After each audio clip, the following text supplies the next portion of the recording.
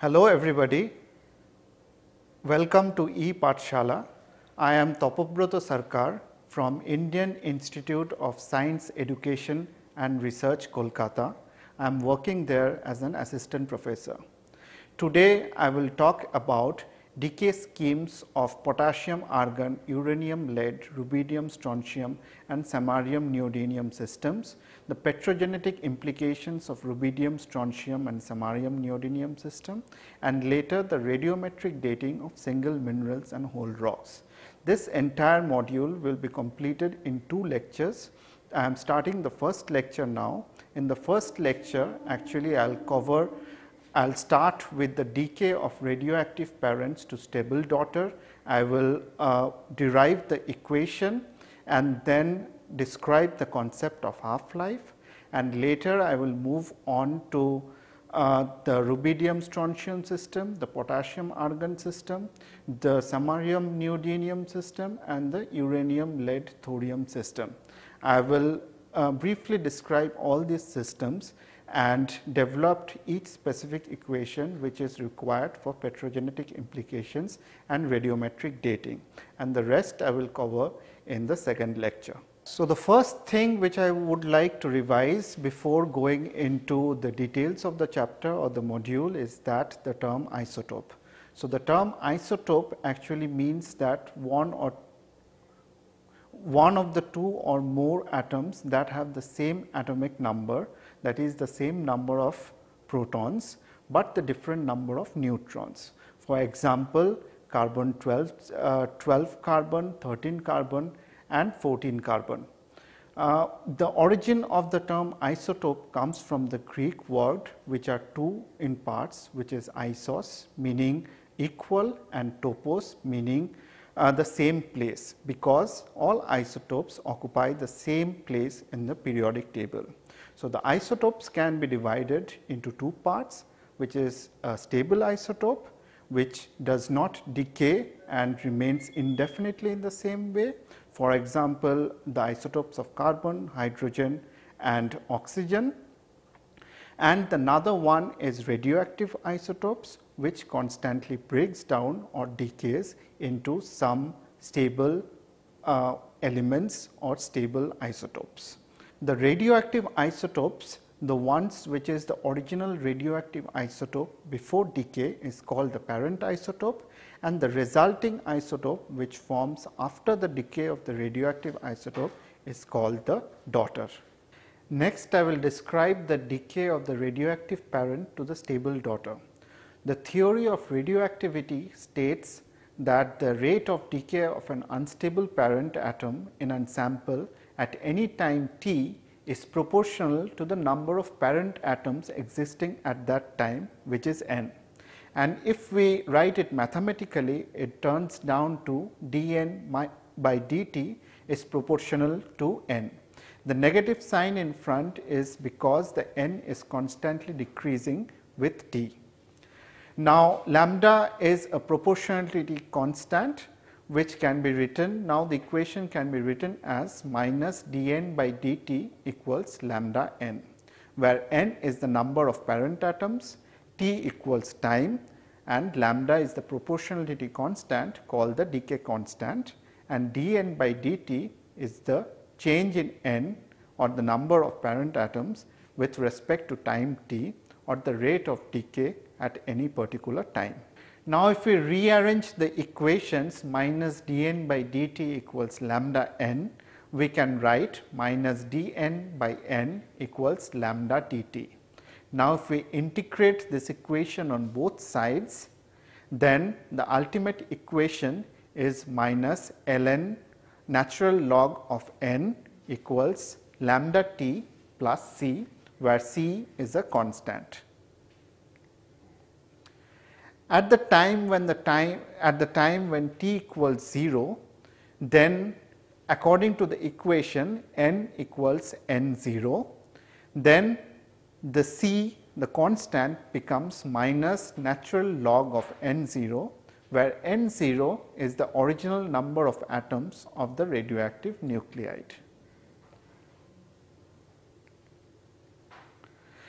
Now, in the in the last equation, if we replace the value of the C, that is the value of the constant, then we get minus natural log of n equals lambda t minus natural log of n 0. Now, by rearranging the equations, we can write minus natural log of n by n 0 equals minus lambda t, which can be rewritten into n by n 0 equals e to the power minus lambda t. So, this is n equals n 0 into e to the power minus lambda t is the fundamental equation which is used in the radioactive decay studies, and we shall see how this fundamental equation varies with the different isotopic systems, which will be discussed in detail in the following slides. So, the next what I will discuss is the concept of half-life. What we know is that the rate of decay is proportional to the number of parent atoms remaining in the sample at any time. Therefore, what we can say is that the constant proportion of the remaining parent atoms decay in a fixed time period. Therefore, we can say that the half of the unstable atoms in a sample thus decay in a specific time interval, which is some function of the decay constant, that is lambda. So, that is the definition of the half-life, that is the time required for half of the unstable atoms to decay into daughter atoms. For example, if the initial number of parent atoms is n 0, then after one half-life the number of parent atoms will be half n 0, and after two half-lives the number of parent atoms will be 1/4 n 0, and it will continue so on. Now, if we want to put this in a mathematical format, we can substitute the values of n and n 0 in the fundamental equation. So, the n becomes half of n 0 after one half-life, then n 0 e to the power lambda t, in place of t we can put t half, which is the notation of half-life. Then if we calculate this equation, it comes to natural log of half equals minus lambda t half, where it comes down to t half equals natural log of 2 by lambda, which is 0.693 of lambda. This indicates that the t half or the half-life of a radioactive atom is inversely proportional to the decay constant, which means that higher the lambda or the decay constant, lower is the t half or the half-life of the atom. So, this is the graphical explanation or the graphical figure which shows a graph with half-life on the x axis and the relative number of atoms and the y axis. What you can see out here is that the parent atom is uranium 238 and the daughter atoms are lead 206. At the beginning of time, when t equals 0, there is 100% or let us say 100 uranium 238, which are the parent atoms, and 0 lead 206, which is the daughter atoms. So, after one half-life, the number of the parent atoms decreases to 1/2, that is 50, while the number of the daughter atoms increases by 50, which is equal to the number of parent atoms that has decreased. And after two half-lives, the parent becomes 1/4, that is 25, while the daughter becomes 75, and it follows in this pattern. So, what we get is that the parent atoms decreases exponentially for each half-life. Now, I move on to the principles of radiometric dating. So, first what we need to do is we need to derive the basic equation from the equation of radioactive decay, which it can be used for radioactive dating. What we know so far is that n equals n 0 into e to the power minus lambda t is the basic equation for radioactive decay. But now the question is how to measure the time t from this equation. Technically, if we know n, which is the number of atoms present, n0, which is the number of atoms present in the beginning, and lambda, which is the decay constant, we can ideally solve for the time t, where t equals the number of years that have passed since the decay process began. But the problem is how to measure n0 for a modern sample. How do we know the number of atoms which was present in the beginning for a sample which we see today? It is practically impossible. We can, however, determine n0 from the number of daughter isotopes which is produced in the time t.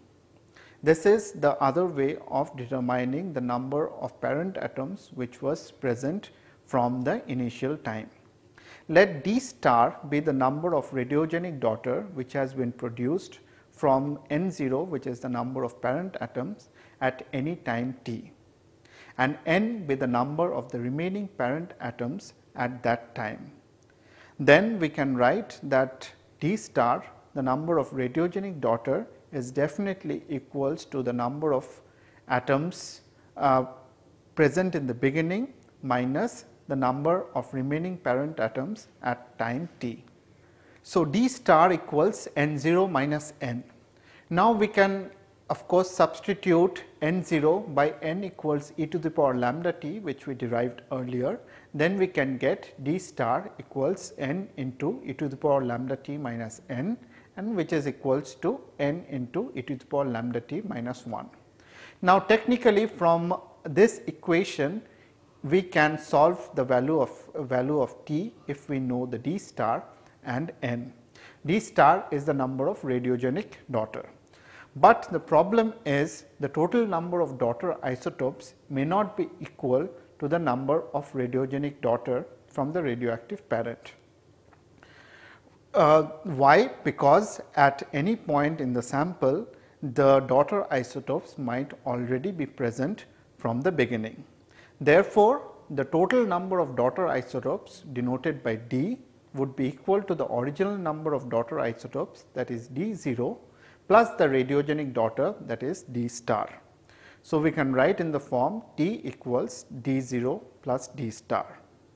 Now, if we replace the value of the D star in the previous equation, we get another equation D equals D0 plus n into e to the power lambda t minus 1.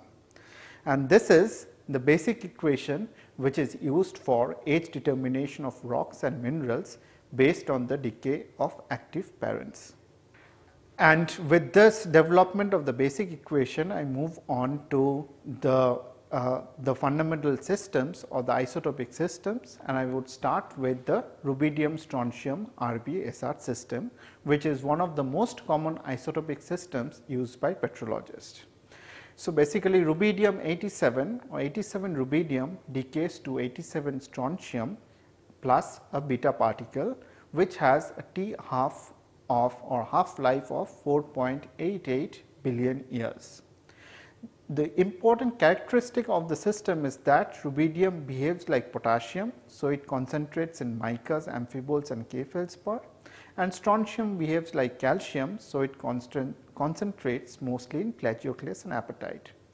86 strontium is a stable isotope and is not created by the breakdown of any other element.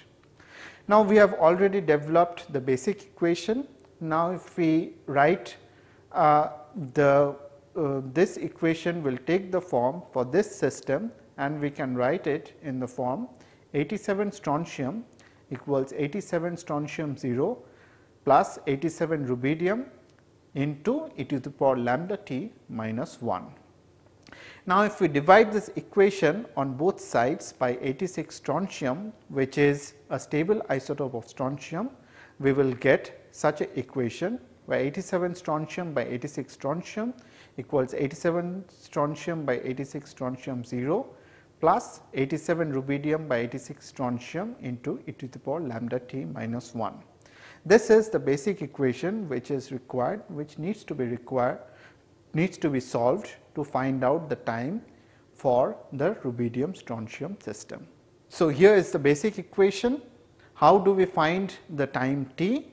we can measure 87 strontium by 86 strontium and 87 rubidium by 86 strontium readily from the rocks and the minerals. But 87 strontium 0, which is the original amount of 87 strontium which was present when the decay started, it is very difficult to determine directly from the sample. So, the question is, how do we find this value? So, this initial isotope ratio 87 strontium by 86 strontium 0 in this equation as well as the time t need to be derived from graphical analysis of a suite of rock samples. How is that done? I will describe this immediately.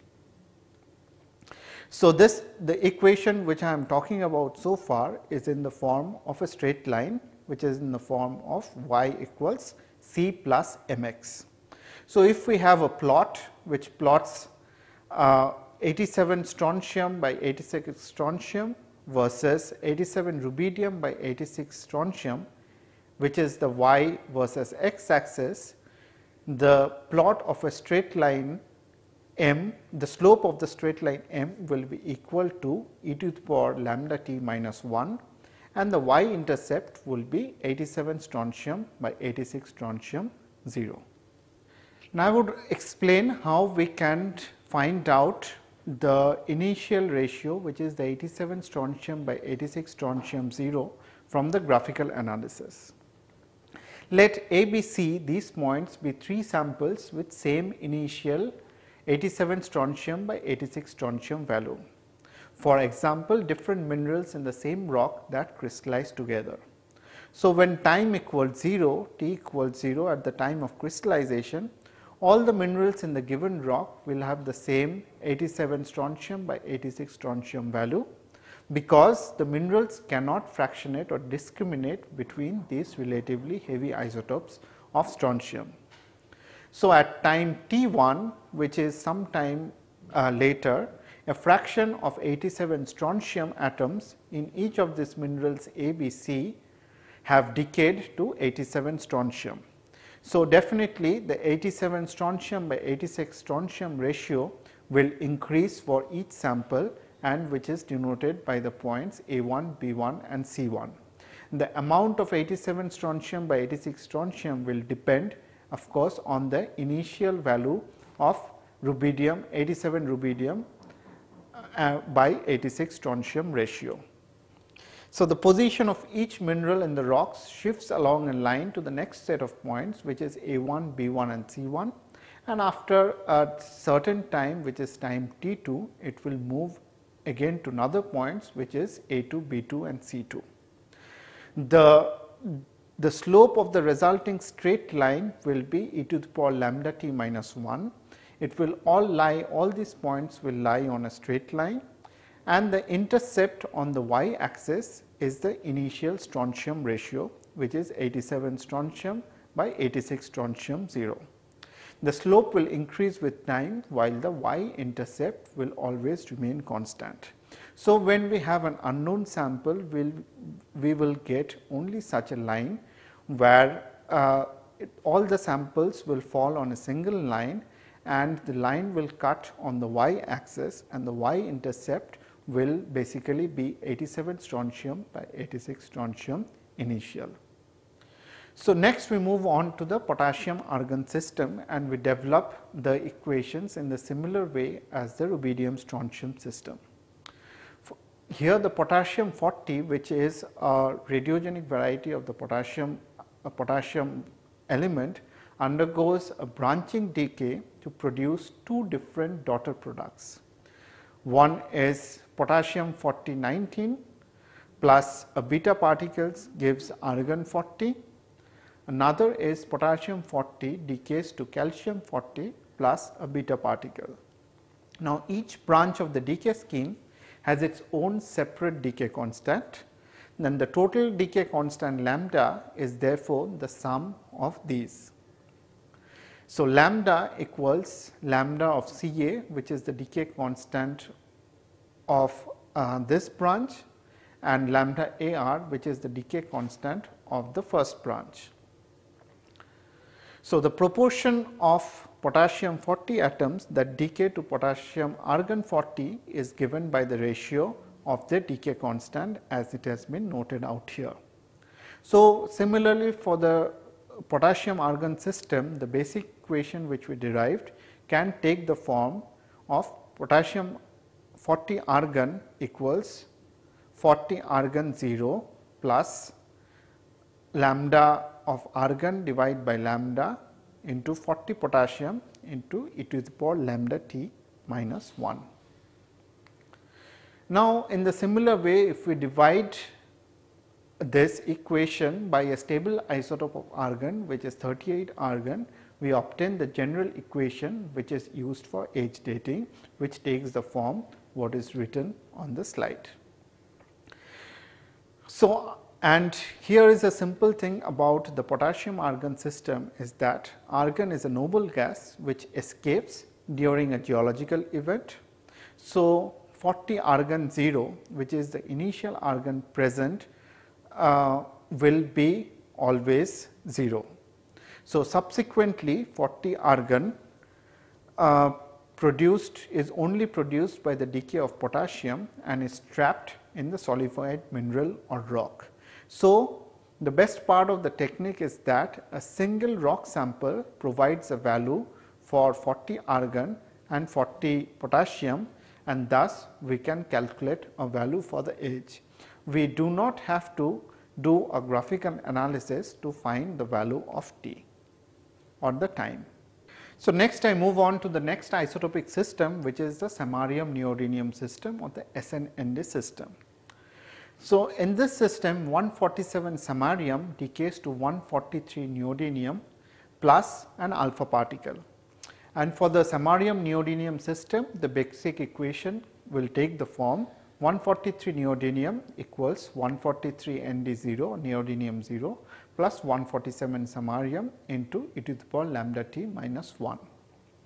Now, in the similar way, if we divide both sides by a stable isotope of neodymium, which is 144 Nd, we obtain the general equation used for age dating, which is 143 Nd by 144 Nd equals 143 by 144 Nd0 or initial plus 147 samarium by 144 neodymium into e to the power lambda t minus 1. The system is very similar to the rubidium strontium system. For example, sum of 143 Nd is already present in the rocks before the radiogenic 143 Nd is added. Therefore, we need to calculate or need to find out 143 by 144 Nd initial. The initial ratio 143 by 144 Nd in this equation as well as the time t need to be again derived from the graphical analysis, which is the isochron method from a suite of rock samples, very similar to that showed for the rubidium strontium system. So, I will move on to the last system which I will discuss in this lecture is the uranium thorium lead system. So, this is a set of 3 independent decay schemes with 3 radioactive isotopes, which is 238 uranium, 235 uranium and 232 thorium, plus 3 radiogenic lead isotopes which decays from these radioactive isotopes, which is 206 lead, 207 lead and 208 lead. We can here we can see is that 238 uranium decays to 206 lead, 235 uranium decays to 207 lead and 232 thorium decays to 208 lead. What you can see is that the half life is very different for 3 different decay schemes, and we ultimately have 3 different isotopes of lead. So, from these 3 independent decay schemes, very similarly we can write 3 equations with reference to a non-radiogenic 204 lead, and these equations can be used for age determination. So, the first equation would be 206 by 20 lead equals 206 by 204 lead initial plus 238 uranium plus 204 lead into e to the power lambda 1 T minus 1. Here the 3 decay or the 3 decay constants are denoted by lambda 1, lambda 2 and lambda 3 for the 3 different decay schemes. The second equation would be 207 lead by 204 lead equals 207 by 204 lead initial plus 235 uranium by 204 lead into e to the power lambda 2 T minus 1. And the for 208 lead from 232 thorium, we have a similar equation. So, ages of a mineral or a rock can be independently found from all 3 different decay schemes. Ages, the same age can be independently derived from all the 3 equations. So, each of these equations which have been developed in the last slide you have seen. So, each equation, from each equation we can find out a time which is t. In ideal situation, all this time or all these ages from these 3 equations should be equal. But the problem is, in many instances we see that the time or the ages which is found from all 3 equations are not equal, due to the diffusion of uranium, thorium and lead or the intermediate nuclides from the system which is a mineral or a rock. So, to understand where the diffusion has taken place or to solve this complicated situations, we have developed an idea of concordia and discordia to better understand the situation, which I will be explaining in the next slide. So, now I would develop or explain the concept of concordia and discordia in the uranium thorium lead system. For the 2 isotopic systems of uranium, which is 238 and 235 uranium, the amount of radiogenic lead, which is Pb star, at any time must be, as we have discussed earlier, 206 lead star equals 238 uranium into e to the power lambda 1 T minus 1, or 206 lead, we can rewrite this in the form 206 lead star by 238 uranium equals e to the power lambda 1 T minus 1. It comes from the previous equation that I already discussed. Similarly, for uranium 235, we can write 207 lead star by 235 uranium equals e to the power lambda 2 T minus 1. Now, if a uranium bearing mineral behaves as a closed system, then we should get concordant ages, that is the same value of T from these 2 equations. Conversely, what we can say is that at any given time T, that is if we fix the value of the T, then 206 lead star by 238 uranium and 207 lead star by 235 uranium will have compatible values, because the value of lambda 1 and lambda 2 is a constant. So, what has been done is that in a 207 lead star by 235 uranium versus 206 lead star divided by 235 uranium plot, the loci of all the concordant points in a uranium lead system should represent a curved line which is known as concordia. So, which is shown in the next slide. For example, so this is a concordia diagram where the curved line is basically the loci of all the concordant points in the uranium lead system.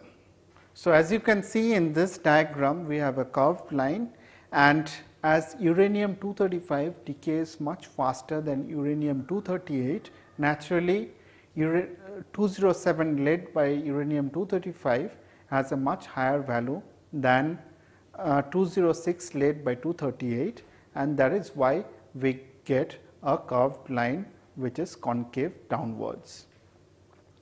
So, now suppose 2.5 billion years after the evolution, all the points or the concordant points should lie on the concordia curve. But if there is a geological event where there is a loss of lead, then these concordant points will move along a straight line straight towards the origin, and this line will define a line which is called a discordia. If all the lead is lost, then definitely the points will come to the origin. So, let us assume that we have 4 different samples which has suffered loss of lead after 2.5 billion years of evolution. Then the one which has completely lost the lead will come down to the 0 and will follow a straight line, because during the lead loss both 206 lead and 207 lead will be lost at the same proportions. But the sample which has not lost any lead will still continue to stay on the Concordia diagram, and the ones which has lost part of the lead will fall on this discordia. And let us say 1 billion years after this event, where there is a partial lead loss, partial to complete lead loss, then all these discordant points will still remain on the straight line, which is the discordia, and this discordant line will cut the Concordia at 2 places. One is called the upper intercept and what is called the lower intercept, and this upper and lower intercept has also geological significance, as we can find out the age of another geological event where partial lead loss has taken place. So, what we have discussed today is the different types of isotopes. One is stable isotope and radioactive isotope, and the decay of radioactive isotope to a stable parent, which is dependent on time. We have used this technique, the dependence on the time, to find out, or the technique to find out the ages of the different samples which are rocks and minerals.